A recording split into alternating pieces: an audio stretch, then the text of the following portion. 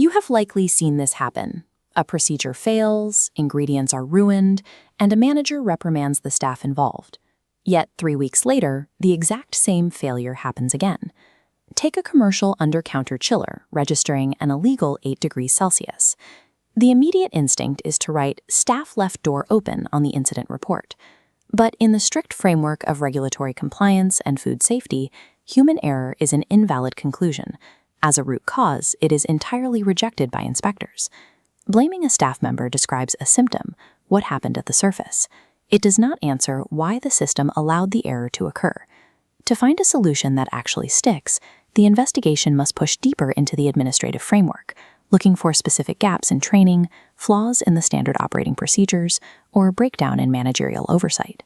Stopping the investigation at human error guarantees the failure will repeat, bleeding compliance points during your next municipal audit and compounding your financial waste. Diagnosing an operational failure is only the first step.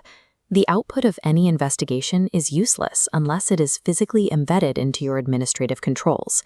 These controls form the auditable evidence of your operation. It begins with pre-shift logs, the daily checklists that ensure stations are verified before trading begins. Next is the master cleaning schedule.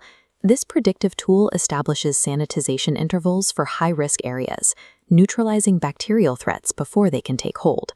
Finally, the centralized compliance binder archives all finalized records, calibration certificates, and training logs, keeping them strictly organized for immediate review by municipal food inspectors. These physical mechanisms transform preventative actions into a daily reality, ensuring every safety protocol is executed, tracked, and verified. To dig past a surface-level symptom, the industry relies on the 5 whys deduction method. Consider a scenario where a health inspector flags a hand-washing station for missing antibacterial soap and paper towels. The initial observation is simply an empty sink. Why is the sink empty? The morning shift departed without checking the stock, but that is still a symptom. Why didn't they check the stock? Because the dry store lacked a visual minimum reorder marker, causing an invisible stockout of hygiene supplies. Why was there an invisible stockout? Because of a total breakdown in the shift change handover protocol, where the mandatory pre-shift checklist was entirely skipped. This logical chain feeds directly into the official formula health inspectors look for. The specific issue happened because of a direct cause, which was ultimately triggered by a root cause.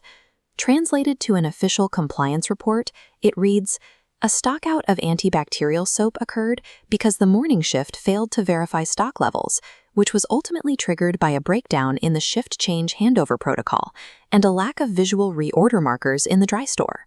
By solving the administrative failure, enforcing the handover checklist, and installing reorder markers, you automatically replenish the physical sink, permanently closing the compliance tab. This formula scales directly to high-risk nonconformances that actively damage a facility's profit and loss statement. Look at this table comparing incident report entries. In a scenario involving mass chicken spoilage, management needs an actionable reason for the waste. Stating, "We wasted 5 kilograms because it spoiled," accurately describes the symptom, but it offers zero direction for a solution. The professional entry targets the system. Spoilage occurred due to overordering, caused by a managerial failure to check physical inventory against prep sheets before placing the supplier order. The same logic applies to infrastructure. If an auditor finds a refrigerator without a valid calibration sticker, writing "sticker missing" is insufficient. This text from Section 8.3.3 of the Food Safety Code of Practice shows the standard. Facilities must formally record the time a nonconformance was identified, the details of the affected equipment, and who identified it. The physical symptom is the missing sticker. The true root cause is a gap in the preventative maintenance tracking system, where management failed to secure physical verification from the external calibration contractor upon completion.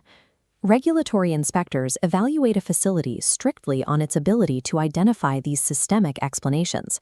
Relying on simple symptom descriptions will instantly trigger a deeper, more aggressive audit. Once the root cause is isolated, the mandatory operational response is the Corrective and Preventative Action Protocol, or CAPA. This requires dividing the solution into 2 distinct branches. The first branch is the immediate action.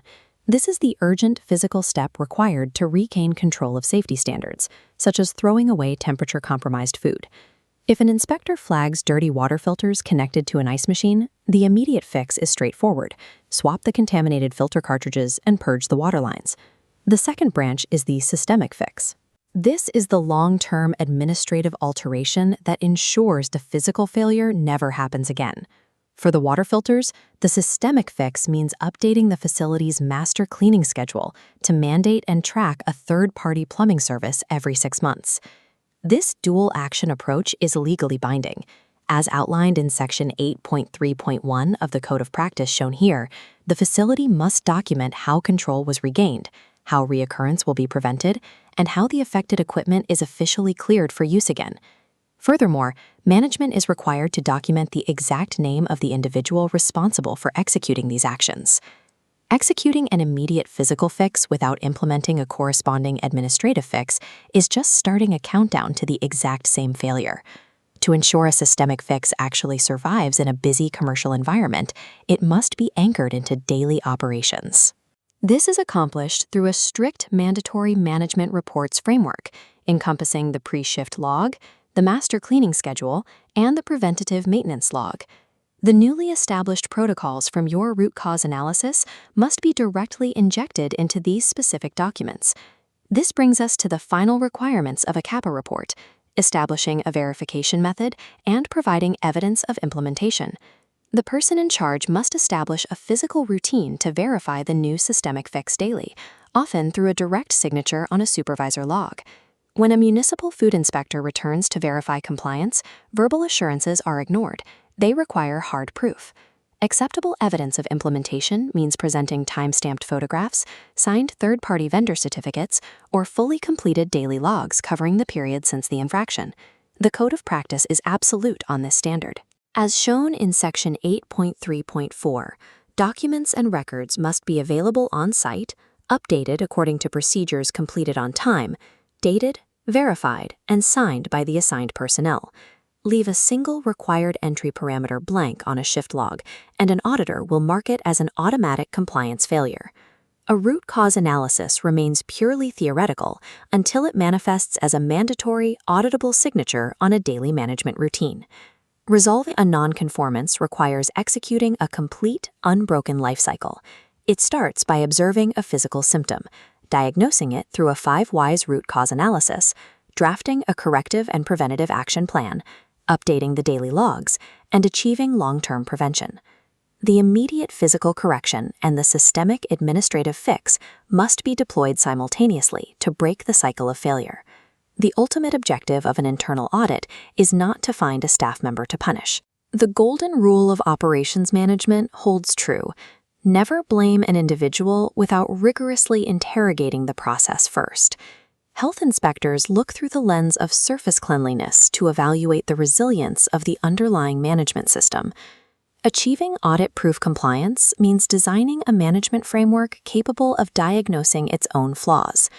True operational excellence is achieved by building an unbreakable administrative architecture that systemically anticipates, isolates, and eliminates failure.